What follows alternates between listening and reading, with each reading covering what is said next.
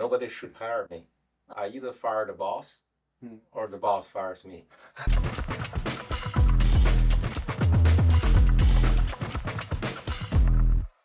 Welcome to the Upturn podcast episode 2, where we dive deep into the roller coaster journeys of startup founders and early employees, unravel their pitfalls, and discover how they pivot to success.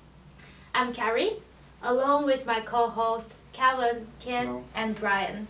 Today we have our guest Qian joining us to dive deep into the real estate industry and property technology. Qian has over 15 years of entrepreneurship experience in the industry. First started his real estate development company back in 2006 and 2010. Then collaborated with Warburg Pincus, which is a private equity firm managing over 80 billion assets, and established a property investment company. He's a pioneer in the entrepreneurship area and has gone through many high and low moments as an entrepreneur. Qian, we are so honored to have you here today to join us. Thank you for having me. So before jumping into our discussion, I want to touch a little bit about the biggest news out there in the market, which is the WeWork bankruptcy. So to give our audience a little bit context here, WeWork provides co-working space for individuals and business. Their highest valuation was 47 billion, but then it went down quickly and facing a serious scandals and financial issues. So I'm curious, from a real estate entrepreneur's perspective, what leads to the WeWork's failure? Yeah, we can discuss. Thank you for giving me such an easy question. In fact, I know WeWork very well because they were tenants in 3 of our buildings in Shanghai. So that was back in 2017 and 18 when they were really at a peak. If you know their business model, they're actually a master lease model. In other words, they lease the buildings and then they do the renovation based on their concept and then they sublease to the small tenants. Right? The master lease model has a pro and cons. And it's easy to start because it has a lower entry barrier in terms of the capital requirement. However, if you think about it, the model is about you're making the rent arbitrage, right? Yeah. You pay $10 and you put some capex and then you lease out for $15, for example. So they're making the rent arbitrage. Theoretically, you should use your profit to grow your business. Right. So if you grow too fast, your rent arbitrage cannot keep up, Right. then you have to keep the negative cash flow going. When I saw they're progressively expanding their business, especially in China, I realized they are either trying to exit as fast as possible, or they're really running fast to all their rent offering to us is irrefusable. They are paying the rent that we couldn't even achieve if we operate ourselves. Wow. So that shows you how aggressive they were in terms of expanding. What do you feel they were looking for when they shop for property? Looks like they're very fond of the property. Yeah, when they started, of course, they have a very disciplined, site selection criteria, right? And of course, they need to make sure economically it makes sense. But then when they were pushed by the capitalists, right? We all know who we are talking about. I have the same experience. Sometimes there's always a conflict of interest between the founders and your strategic or financial partners. So I don't know if Adam was personally trying to do this or he was pushed by his strategic partners or the combination. But I believe that, with a master lease model, you can't grow that fast because of what I just shared. Yeah, interesting. As the landlord of WeWork, have you ever thought about maybe this is a business area I can tap into? Like, have you thought about becoming their competitors? No, because we have been always doing what we call it heavy asset model. Well, again, if you do the master lease model, then there's a cap or there's a bottleneck. So you have to grow at a pace that makes business sense. Right. But we started with a heavy asset model, so I have no interest to compete. That with makes sense. WeWork. Yeah. Mm. Got it. Yeah, I think that explains a lot about why WeWork is failing. We want to probably chat a little bit about your experience since we chat a lot about the WeWork's drama. Let's turn back the camera to Qian. We'll introduce your entrepreneurship experience a little bit in the beginning. Maybe tell us a little bit more about yourself, like your grow up. What would you like to know? The bad part or the good part? Both. The upturn. Maybe where you started. You are serial entrepreneurs. We are very curious. What was your initial motivation behind starting your own business versus just get a job somewhere? Okay, actually, you know what? I have no choice. Nobody should hire me. Oh. Yeah, if Apple or Uber, if they hire me, their HR department made a huge mistake. How so? How so? Just me. If I hired in a by a large company, I either fire the boss or the boss fires me. There are only two outcomes. There is no way I can become I can be a outstanding like excellent professional in any corporation. How would you know? Because I found out my gene had an issue. Yeah, and okay, let me show you how. Well, this is all looking back. I gradually realized I didn't know when I was young, right? I thought I could be anything or anyone, but if you look back, everybody has a pattern. But everybody, especially these days with the flow of information, everybody thinks they know a lot. So they can be in any industry or and everybody is trying to do a very good strategic planning, right? Yeah. I have to share with you, sorry that you may be disappointed. I don't have any strategic planning, as everybody thought would think. Okay, you still don't believe me, but No. okay. Yeah, I kind of feel that way actually. Yeah. Either I leave the company or company lay off me. Right. It's really I think entrepreneurship is to me is not learned. It's born with us, with some. Like a spirit. I can share you one story, then you know why I think that way. I just said I didn't finish my undergraduate in Beijing, right, at Tsinghua University. I was in architecture major, which is pretty good school in China. So when I was in my sophomore, I had a chance to be exposed to the architecture in other countries, like in Europe, right, in the U.S. So I asked myself, how come I'm studying architecture here? Because the way the Chinese university, the universities in China taught architecture was to really make us more like a technical person, like a drafting person. There is no encouragement for your imagination, right? Creativity. But I thought architecture was about creating, to build your dream building and even the building that maybe in the future, right? So I said, no, I can't do this. So I just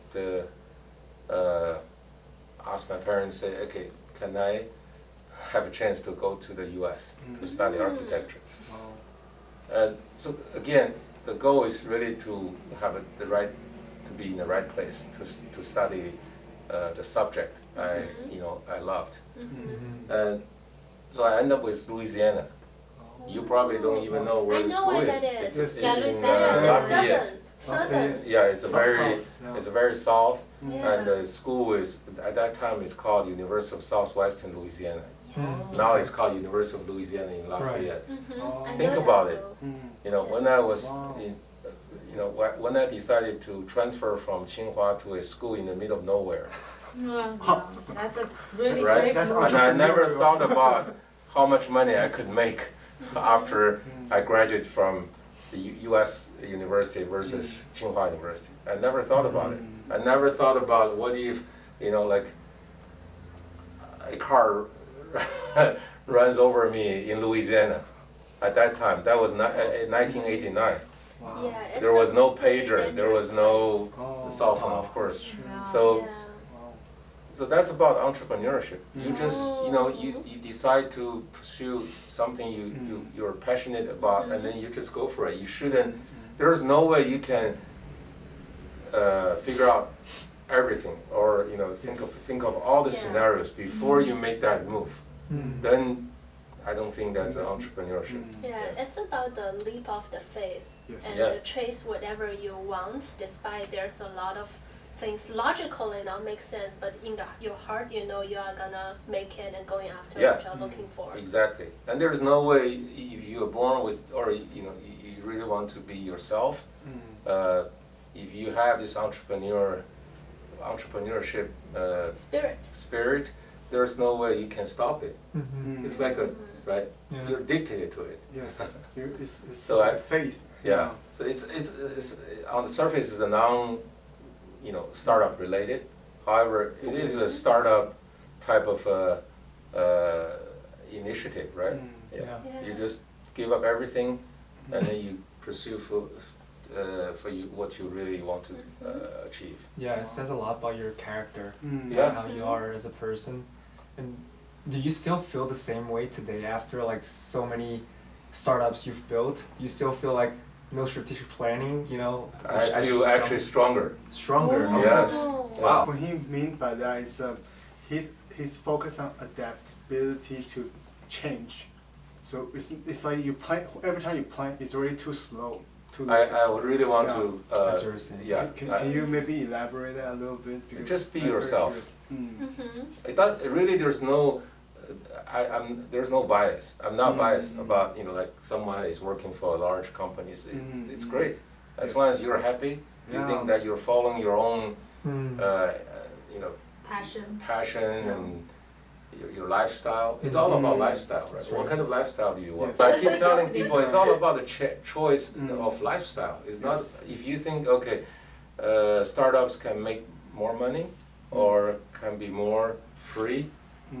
I don't think it's. Yeah, it's I don't think I so. don't think it's the fact. Yeah, at least I don't have that luck. Yeah. Me either. Yeah. I guess Good. we are curious because you're a serious entrepreneur. Your first time is like I think around 2000. What's kind of the biggest things you learned like for the first time you start founded? I Okay, guess for so I most give people you. here Yeah. probably don't have that perspective. They either start their first startup or they're still thinking. So I think we're really curious about what's your biggest lesson take when you firstly start the startup. When I first start, I finished my first master in 1995. I worked at the architectural office in San Francisco. It's called KMD. I think it's called Kaplan McLaughlin DS. The reason why I decided to work there for a year was to get myself prepared to go back to China and start my own firm. So I have never thought about working for someone. I guess Nice. again, Very cool. I still don't know why. For a startup. But I already decided to. I start doing business, or you call it startup, but try some business. When the first year when I came to the U.S. Oh, Oh. can you tell us more about your venture there? Were you selling something to the students? Yeah, because I was an architectural student, so I came to the U.S. I spent some time in LA with my cousin, and then he was a developer. Oh. So then I was helping him to do some drafting, and one day I went to this art and crafts shop Yeah. in Los Angeles, right? Okay. And then I just paid attention to what they sold. I realized they don't have one type of a drafting pen Oh. that we were using in China. Oh. So I just started with my very broken English.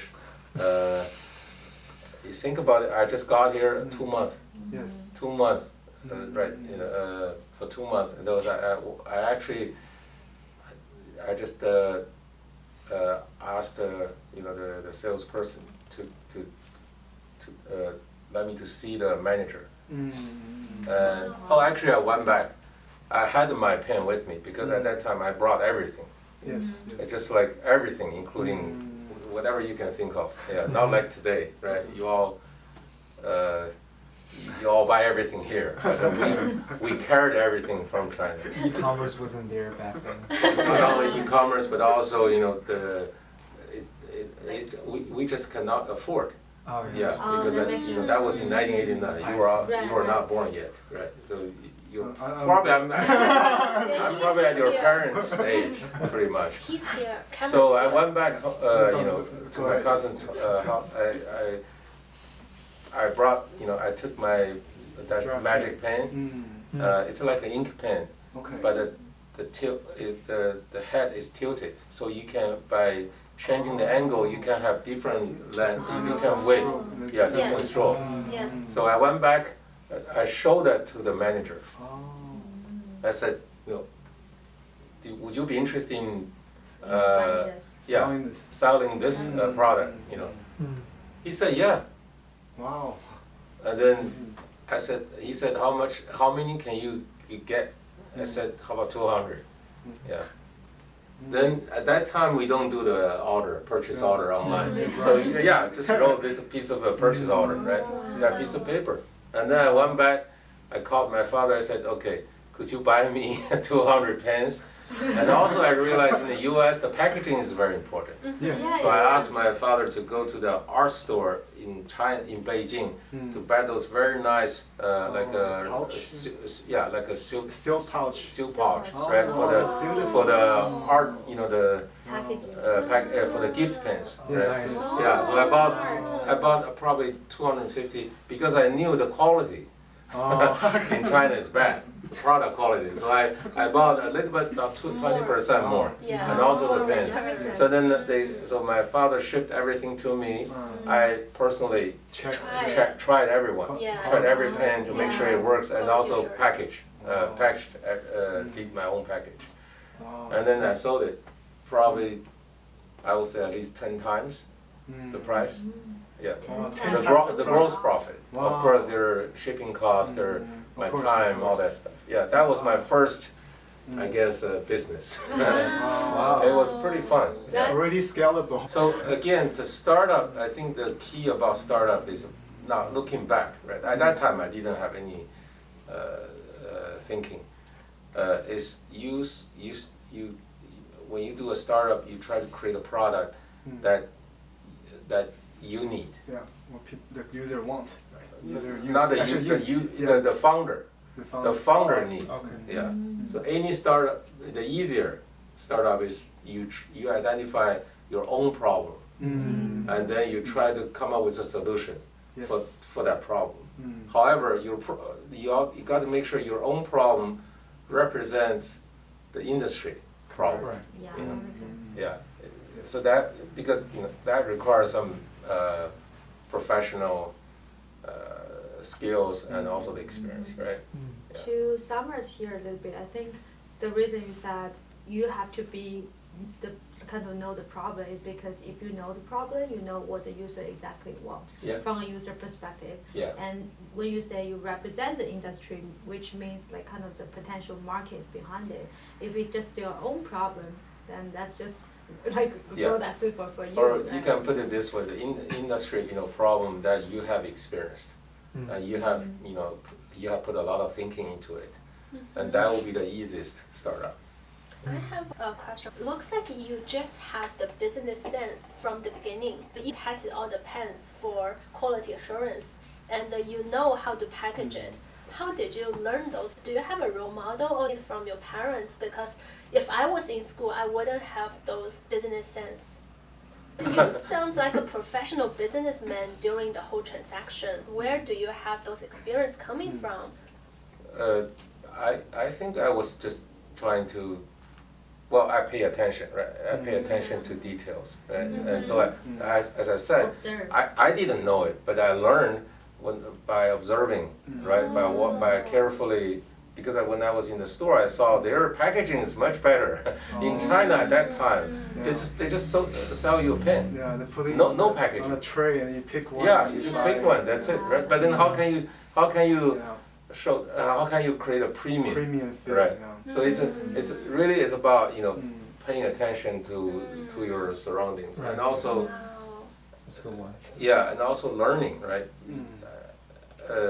The learning should be always with entrepreneurs. You have to keep learning, right? So I think that's it.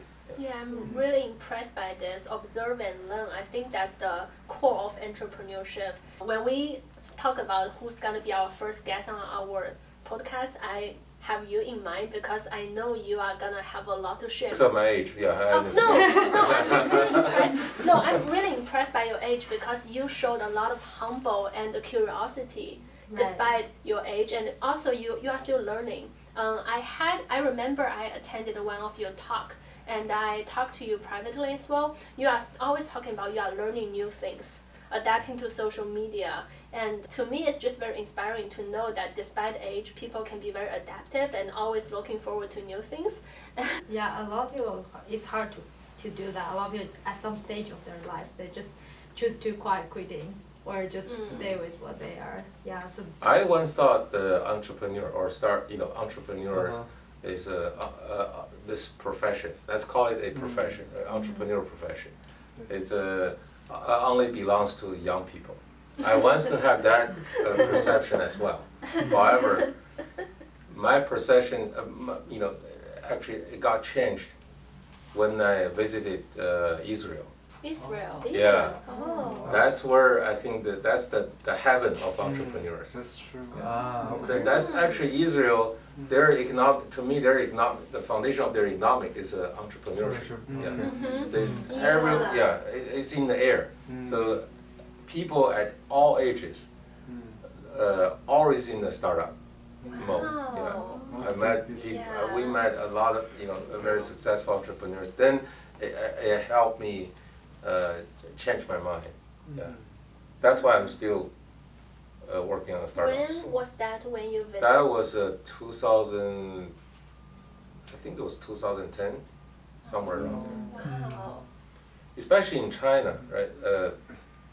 People naturally think only young people can start up new companies. People over 50, we call it half of the hungry.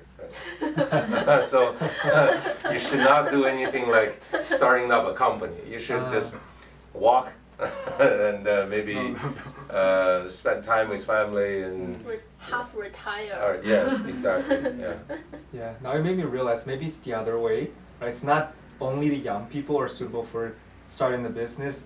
It's when you start a business, it makes you feel younger. Because the way you carry yourself, I feel like you came in like with your short sleeves on, you just finished the run, right? 15-minute you look run. the way you talk, you had a conversation with us, and how closely you're watching the technology movement.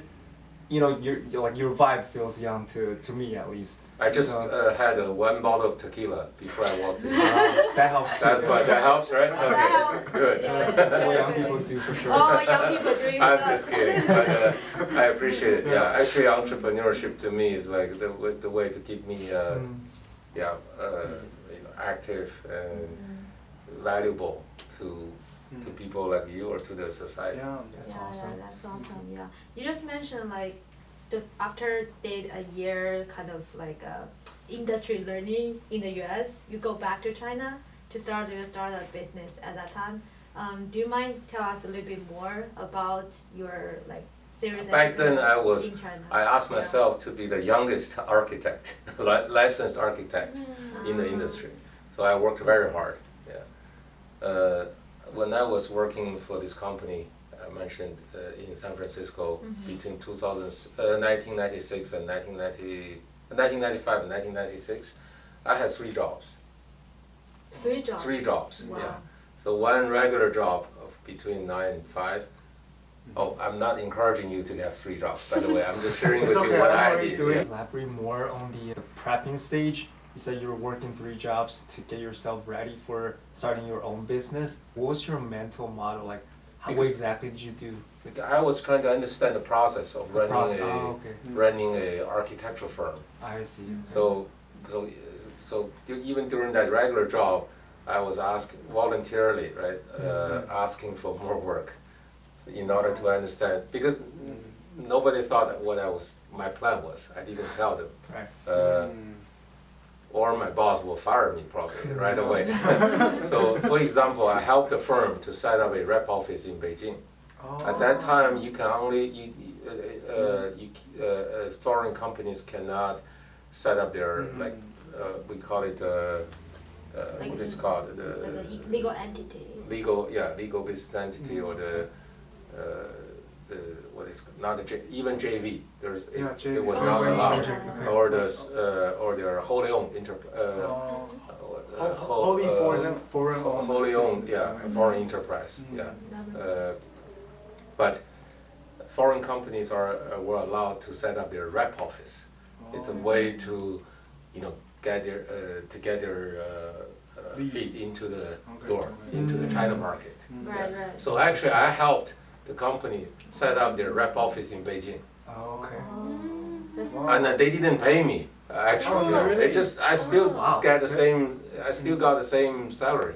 Wow. But now you understand why I was doing it. I was keeping telling my team, but they don't believe me. Of course, my need was to learn how to set up a company, or how to how to run a company. That's your take. Yeah. So again, but I'm sharing with one. It's about a business process, right? You asked me what I was, Yes. or looking back, what I was prepared for. Right? So process, the business process. Mhm. Second, discipline. So this takes time to build your discipline, right? So I'm working hard, just as well. I can't do it that much because I'm older. Because I think my health now is very important for the company. It doesn't belong to me anymore, right? But still, it's a habit that you have to build, throughout your entrepreneurship journey. Yeah, so that's the second part. That's also very important. That's equally important, right? Because then you gradually build your Discipline. discipline in order to get yourself ready for the most challenging moments. Yeah. Right. Got it. Yeah. Oh, thank you for walking through that. I think that story you just shared will inspire a lot of us who work a 9 to 5 at a big tech company, but still have that kind of desire inside of us, want to start something, but for whatever reason they're not ready yet. But it's a good time to start preparing for it, like learning about the business processes, the practice of discipline that you just mentioned. I think it's very helpful. Yeah.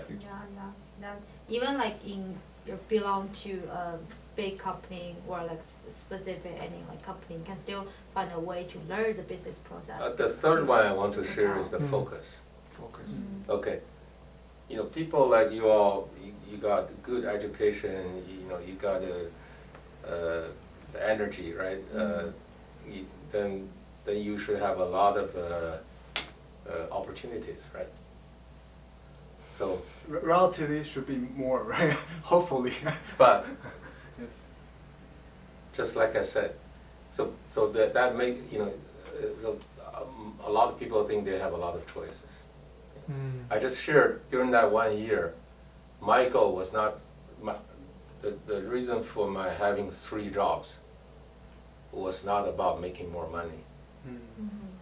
It was about really just to keep myself as busy, right? Because that's actually very like a part of the discipline building. Yeah. But I see people try to make a lot of money, right? Yeah. Don't worry, money will come. So again, it's very difficult. It's part of discipline, but I think it's the most important among all the disciplinary skills. Yeah, it's an important reminder.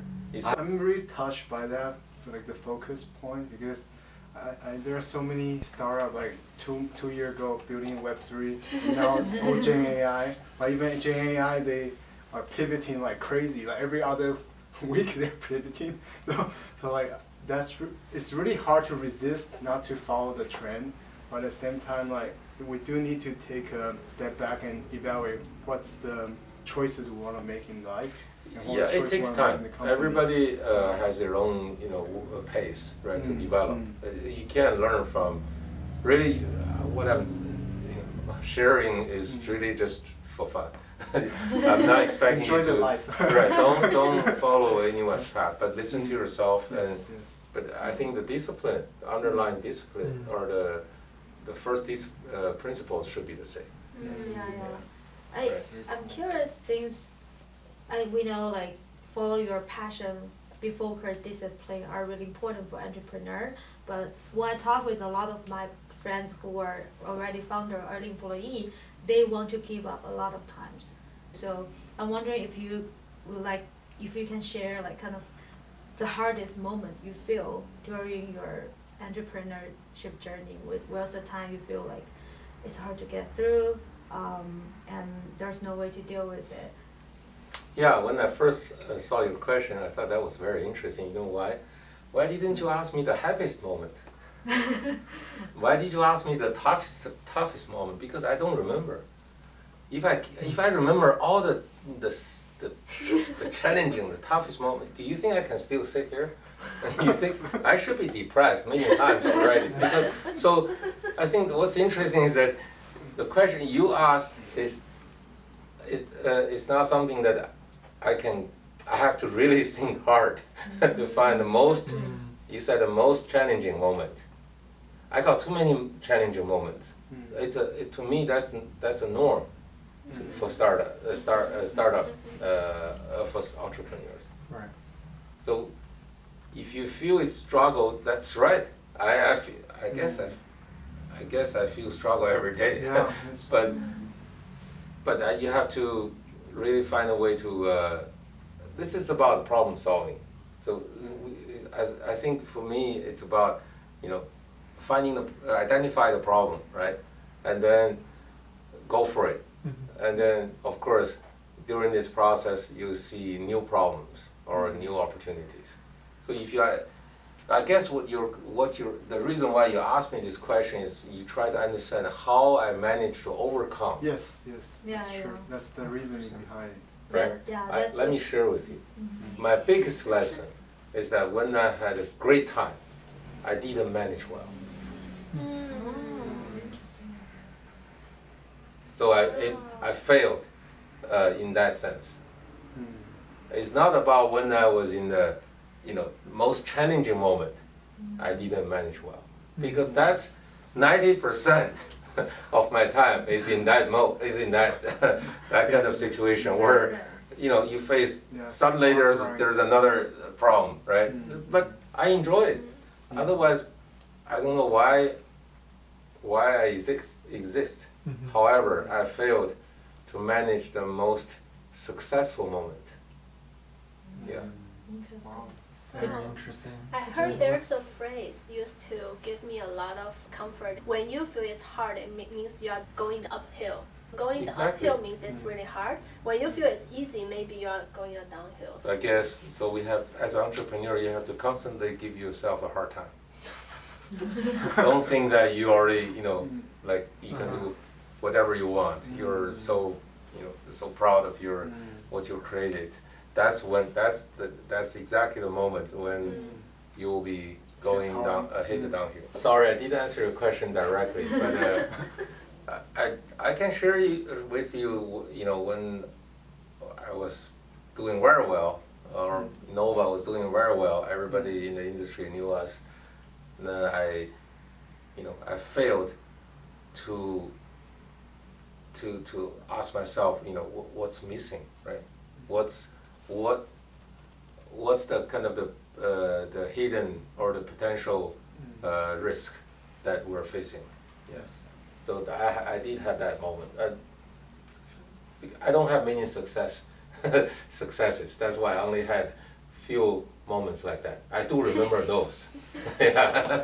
Because I remember, like everybody was trying to learn from us or trying to follow us, and I felt like I was, like the most fortunate entrepreneur. And then suddenly that actually started the downhill journey. Yeah. I see. That was in 2018 when Nova was early 2019 when Nova managed. I co-founded Nova with Warburg Pincus in 2015. Yeah. We talked about this idea, which is to invest and to operate. We call it value add asset investment and management business. We decided to buy the underperformed properties in Shanghai or Beijing, and then to convert them to repurpose them to multifamily, and then renovate it and then lease it or rent it out. Yeah. So that was our business model: to buy the underperformed properties and reposition them, and then lease the buildings. Yeah. So within 4 years, we managed to build a $3.2 billion portfolio. Wow, that's huge. That was the right timing, right market, and the right partners. Yeah. But early 2019, like I shared, I didn't really follow the first principle about in our industry. So I failed to take that opportunity, right, to build the stronger foundation, which is the operation side. Think about it. For any income-producing assets, you have to really operate it well in order to generate the NOI, right, net operating income. So I failed to really, that was a great opportunity because we got enough properties or a good size portfolio. We should take that opportunity, take that timing. Because when you have only 3 buildings, how can you build a robust operating system? You don't even have the scale, right? But when we had 38 properties. Most of them, 38, yeah. 4 in Beijing, the rest were all in Shanghai. So we had a great opportunity to build the best-in-class property operation system, but I failed. Then I got hit by that part, yeah.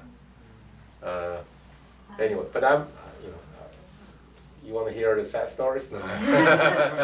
But I want to share you. That's the kind of the most lesson I learned. Yeah, the biggest lesson I learned.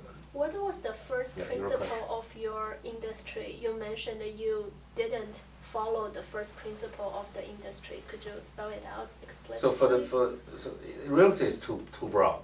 Yeah, I only focus on I call it income producing asset investment management. Okay. Yeah. So in this specific sector, the first discipline is, of course, operation. Like I said, you have to really build a strong operation platform or foundation in order to before scaling up, right? I see. And the next, of course, how to acquire the right property, right? And how to give the right purpose or the use or the purpose of the property, the property use. Back to your story, Qian. From the way you told your story, obviously you've reflected a lot and you're being kind of critical to yourself. Yeah, that's why my hair is great. It's a great hairstyle, by the way. Like, how did you overcome and make peace with yourself, with your kind of, you call it failure, and start your new venture after that history? Just restart, reset. Just like Like a that? computer, yeah. Reset. As I said, I have no choice. Yeah, I wish I could live the life that most people dreamed about. I do have the financial, capacity to do it. Got it. Yeah, so I guess yes, I do have the moment when I doubted myself. I questioned myself. But that, don't worry, you'll be there if you keep trying. But you have to try really hard. Yeah. Sorry, just want to follow up on that. It's probably like a bit another way to ask, like, how do you build the resilience, right? Like how I know you have a lot of curiosity, and you have always emphasized on how you want to start a company or do something outside of just a 9 to 5 job. So how would be a recommendation that you can share about how do you build up that resilience as an individual? The resilience, I don't think you can really, just intentionally build it. You just need to, like I said, well, do you really love entrepreneurship? Yes. When you fall in love with a pretty girl, what do you do? Yeah. What do you do? Question. Yeah. I What have a strong resilience. I really, you thought that was the one, Yes, right? it's No one focus. else Yeah. in the world can compare, right? What would you do? Go for it. Yeah. Would you mind if you got rejected 3 times? No. Just, of course, the assumption is that she's the only one in the world. Yes. You don't have other choices, right? That's it. Okay. Would you mind that you have to do things that you never thought about to do? No, I You don't mind, yeah. right? Yeah. I think if I can try to summarize, one is you should not give yourself any backup choices. That's the way you build your resilience. Think about it. Well, that's a tough way to build resilience. Well, Yeah. yeah, entrepreneurship is a very lonely journey, and because just people are very, what's the word, inertia, right? Inertia, Animal. yeah. Yeah. So, but once you feel the you're in it, or you found you enjoy, you see the enjoyment. It's very easy to get addicted to it too. Yeah. Like a drug. Yeah, and also so Tequila. for me, tequila. Yeah. So for me, I had an opportunity to to experience that. That's why I'm not going to look back, or I'm not going to even think about. I don't know what else I can do without starting up companies or creating companies, Nice. right? So that's, but one thing I want to share is that you don't need to worry about if you trust someone who is 56-year-old who is still here, right? Happily talking to you. Is that it's a very lonely journey. However, if you really try hard, don't give yourself the second choice. There will be good surprises on the way. We know you mentioned restart the journey is like reset of the computer, but you carry all the previous experience and mindset, resistance Kevin has mentioned in the disk of the computer. We know you started here a new business called Collab Home. Do you mind tell us a little bit more about your reset of computer here? No, you just hit my baby. So this is the most exciting subject in my life at the moment. So, but I'll make it short. I know the time is limited. Okay, first of all, I want to share with you that this is the very unique startup. In other words, this is a totally different startup than any startups I have ever had in my life. In the following ways. Number one, I transformed myself. I decided to forget everything I knew well. So I went back. COVID or pandemic really gave me the opportunity to sit down and to have the time when I stuck in the U.S. in 2020. I really spent at least 3 months to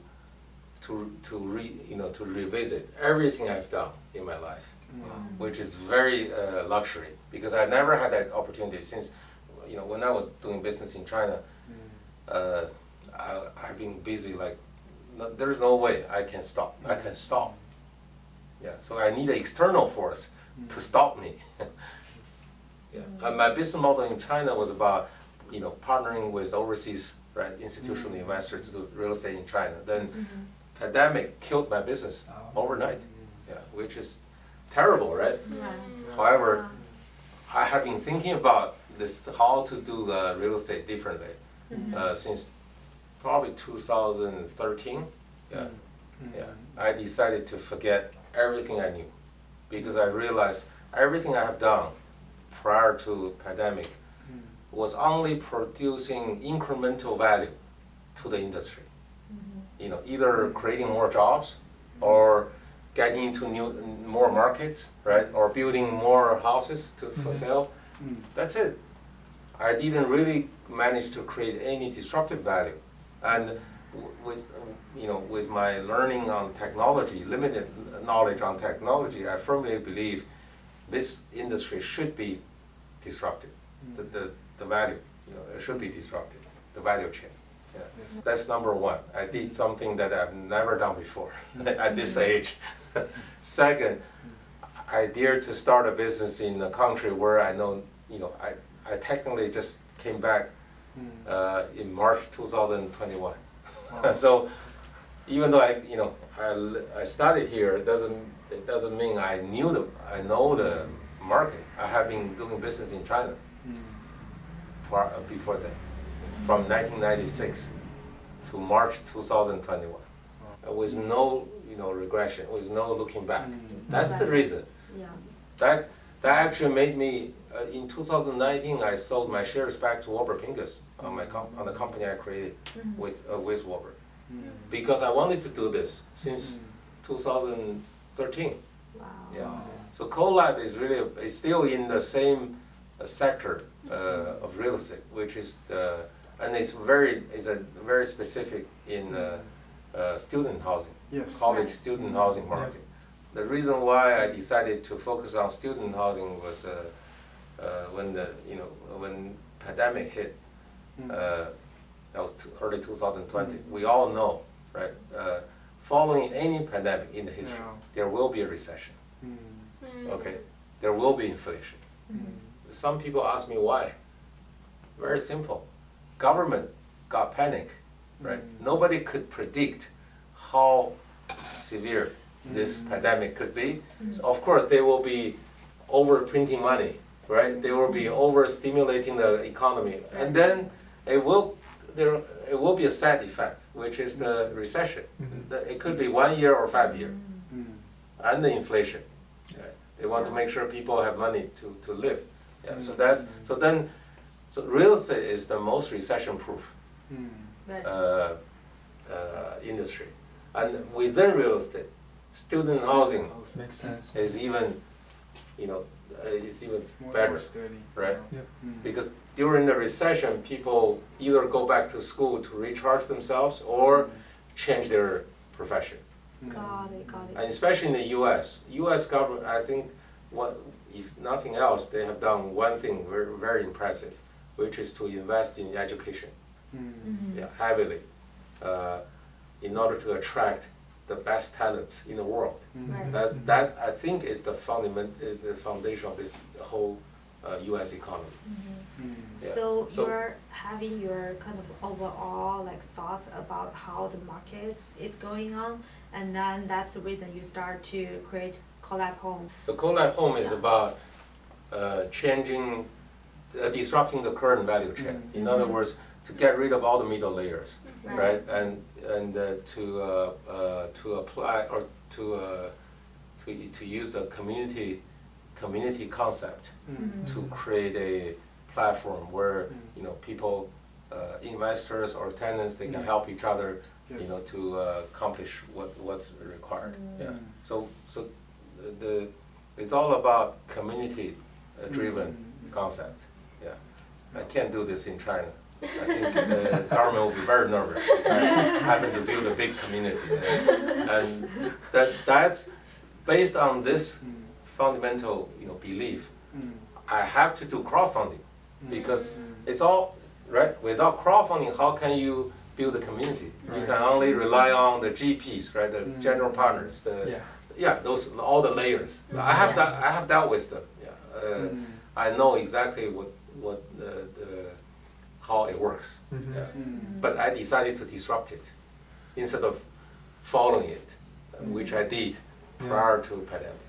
Yeah. So this is about the fundamental of Collab. So it's a community-driven management system in student housing asset investment and the property operation. That's it. One sentence. I actually have a question on that. I saw one of the student housing representative, right?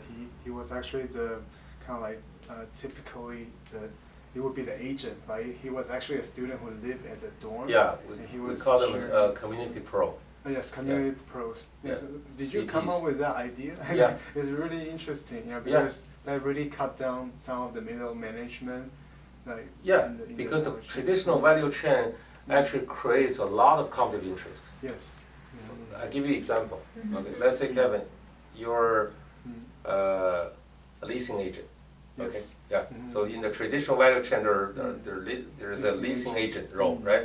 Okay. Let's say I own a building. I say, Kevin, can you help me to lease all my vacant units? He said, of course.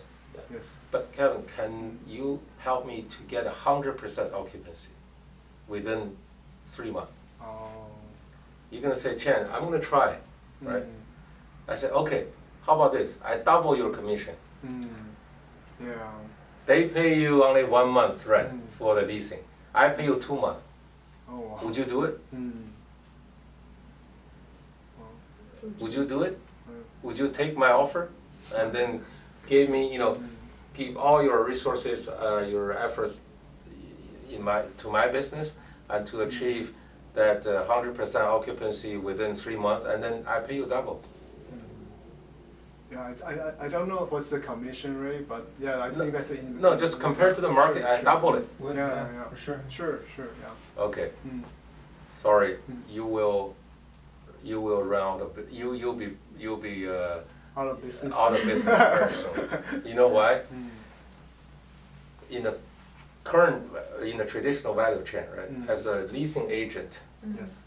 you should have a pool of clients. Clients, yes. If you only serve me, and you have to give up the rest of the clients, of course I give you the very attractive commission. Oh. What if I sell my building, or I decide to retire? Then You're out of business. You're screwed. Yeah. So usually, you will notice that in that value chain structure, you will be always following the 80-20 rule. In other words, you give me the 80% satisfaction with your 20% efforts. That's right. In order to manage multiple, clientele. That's right. Then you can survive. Okay. Makes So sense. why? So then, without disrupting this value chain, there is no way for me to achieve the 100% occupancy. Oh, that's true. I'll ask you another question. In the ideal world, now this is like a IQ test. Okay, be careful. Oh no. In the ideal world, okay, let's say if you own a building, right? You have, let's say your building got 50 units. Now you got 2 units vacant, right? You need to lease them.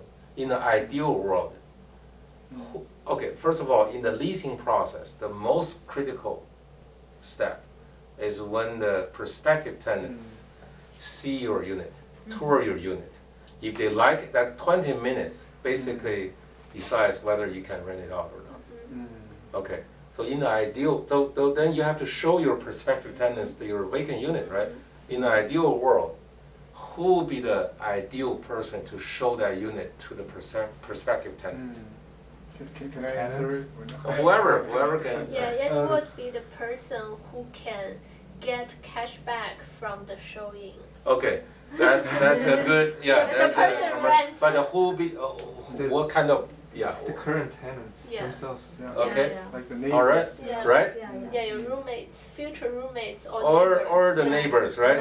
Yeah. So the landlord doesn't have to educate them about the building, right? And they, They know Okay, of course, you got to offer them some financial incentive, right? You can't just let them do it for free, right? Yes. So let's say, what we're doing is that we give $300 to our current tenants Yep. for showing, and then no matter how many times they have to show the building to how many different prospective tenants, as long as the unit is leased, they got $300. So they would rather doing one showing. So they will try their best to get this damn unit leased with one showing. Then they got $300. Oh, that's smart. To maximize the hourly pay. Yeah. And then it's easy for me to get 100% occupancy. Right. Because they don't need to worry about, they have to show many units. Yeah. So that's where, and they're not, like leasing agent, right? So I just give you a quick example why I think, and I already did my MVP. Yeah, it worked. Yes. So I'm now, trying to make the system better based on this type of management system. Got it. Yeah. Follow-up question, if I remember that correctly from your website, you're not only just getting rid of the middleman from the leasing part of things, but also like the property management. Oh, side yeah, of things yeah, too, right? yeah. That was Actually, very interesting. I actually just launched one feature that I'm so excited about. Oh yes, let's see. If you go to the investment properties, let's use this one, Hilgard. Click on Learn More. Go down to live operation data. Okay, live property information. Yeah, go to the task. Yeah. Okay, as any investor on this property, you can see the real-time Wow. daily task operation status. Wow. This is real data from our property management system called Building, and through API. Wow, This is okay. real. Yeah. So if you go to the three dots, you can okay. See, this is the complete real time operation data. Task. You mentioned task management. Yeah. Yes. Yeah. So we managed to. I achieved 100% transparency. Think about it. For investors, It's amazing. what's the most Transparency. important Honesty. Trust, thing you honesty. need, Trust. right? Yeah. Making money? Yes, making money is important. What if you don't know what your the status of your the property you invest in? Right. If you go back, and then you can also see the lease performance. It gives you the current rent of each unit, outstanding balance. Wow. If the rent is delayed, you see it, Wow. and also the term, Wow, the lease that's term, so amazing. like the current lease from when to when, right? And also the current status, is it rented or vacant? I hope it's transparent enough. You can only achieve this by integrating different functions in asset management, right? If I don't own the operation, how can I easily Show this. disclose this information to investors on the investment portal, right? Right. Because I believe no matter you invest $500, she invests $100,000, right? $1 million. That's a quota. No matter, yeah, it's a quota, but so you're lucky. Very high quota. But my belief is that no matter how much each investor invests, they should have the equal right to information, to access the information. Think about it. Why? Because you only put in $500, you should be discriminated on the information. Why? Yeah. I know why.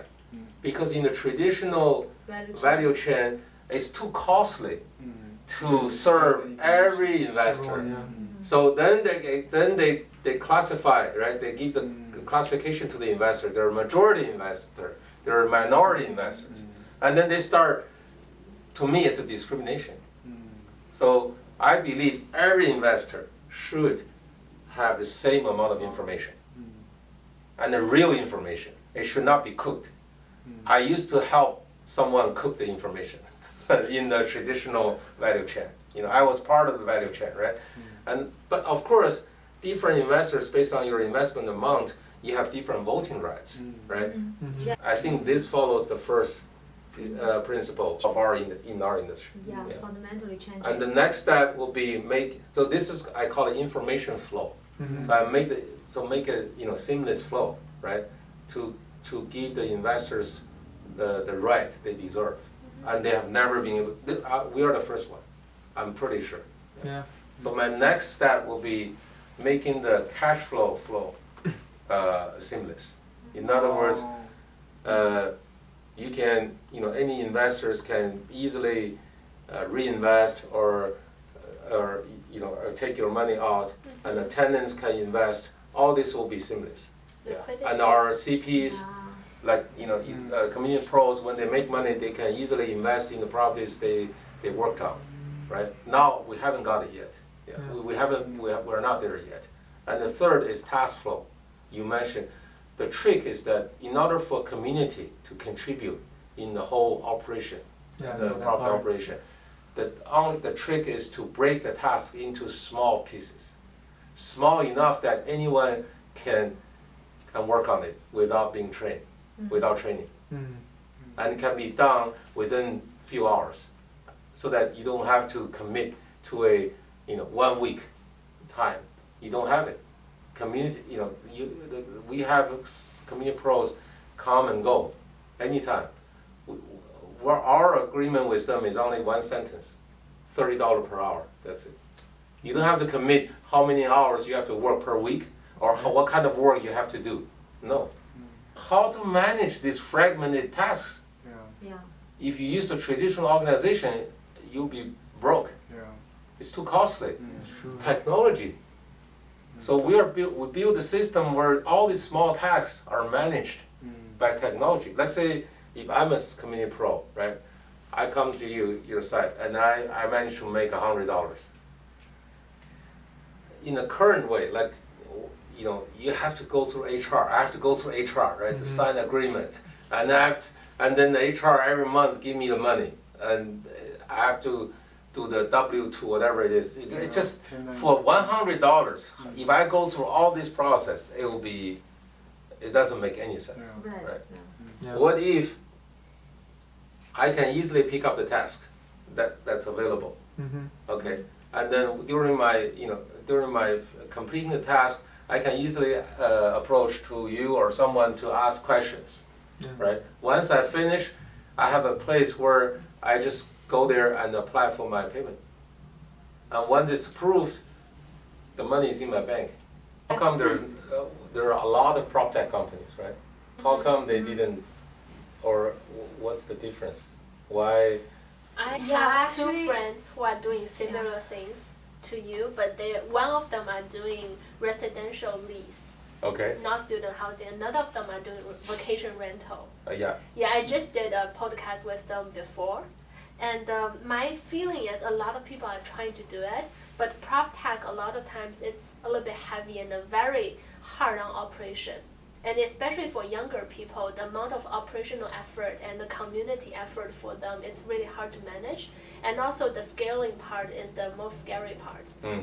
Just like the WeWork story, when we had a discussion, they talk about there's two sides of the PropTech. Yes. One is PropCo and then is the OpCo. Okay. So now the young people all feel like PropCo wouldn't work. The WeWork story, they feel like it's an example of how PropCo couldn't scale. It's so hard to scale, and when you scale, it starts to failing apart. And so now young people are trying to more focus on OpCo, which is doing marketplace. I don't do any operation. I just put a marketplace, a service out there. You can use it. So that way they can bypass the super heavy operational load that you are actually going through right now. You just hit a point as well. So because this is a disruptive solution. A lot of PropTech companies now they're going back. What they say? Okay, I'm gonna do only the marketplace, right? The OpCo, whatever it is called. Now, they will have to build a product based on the current value chain. Think about it. Yeah. That makes sense. So they're providing an incremental value to the current value chain. Yes. I'm trying to get rid of the current value chain. Yes. Yeah. That's It is hard. Courage. Yeah. And people don't think PropCo works anymore because of the WeWork story. People got scared by that. Now I share with you the difference between the master lease model and the asset heavy model. We do asset heavy model. I don't lease buildings from someone. I know, but We own buildings. people now really scared of asset heavy.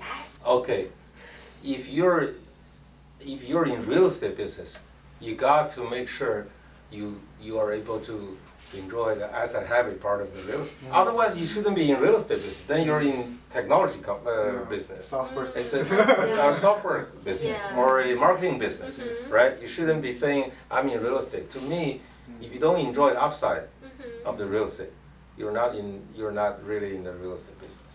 So just to summarize here, I think the way Collab works is it breaks the traditional value chain along with the technology solution together. Whereas a lot of firms, they are just building technology based on the current value chain. True. So Right. that's kind of the key difference. We use technology to break the current value chain. Yes, Yeah. exactly. And we stick with the essence of real estate, which is asset heavy. So then you're gonna ask, hey, because you have money. I know the next question.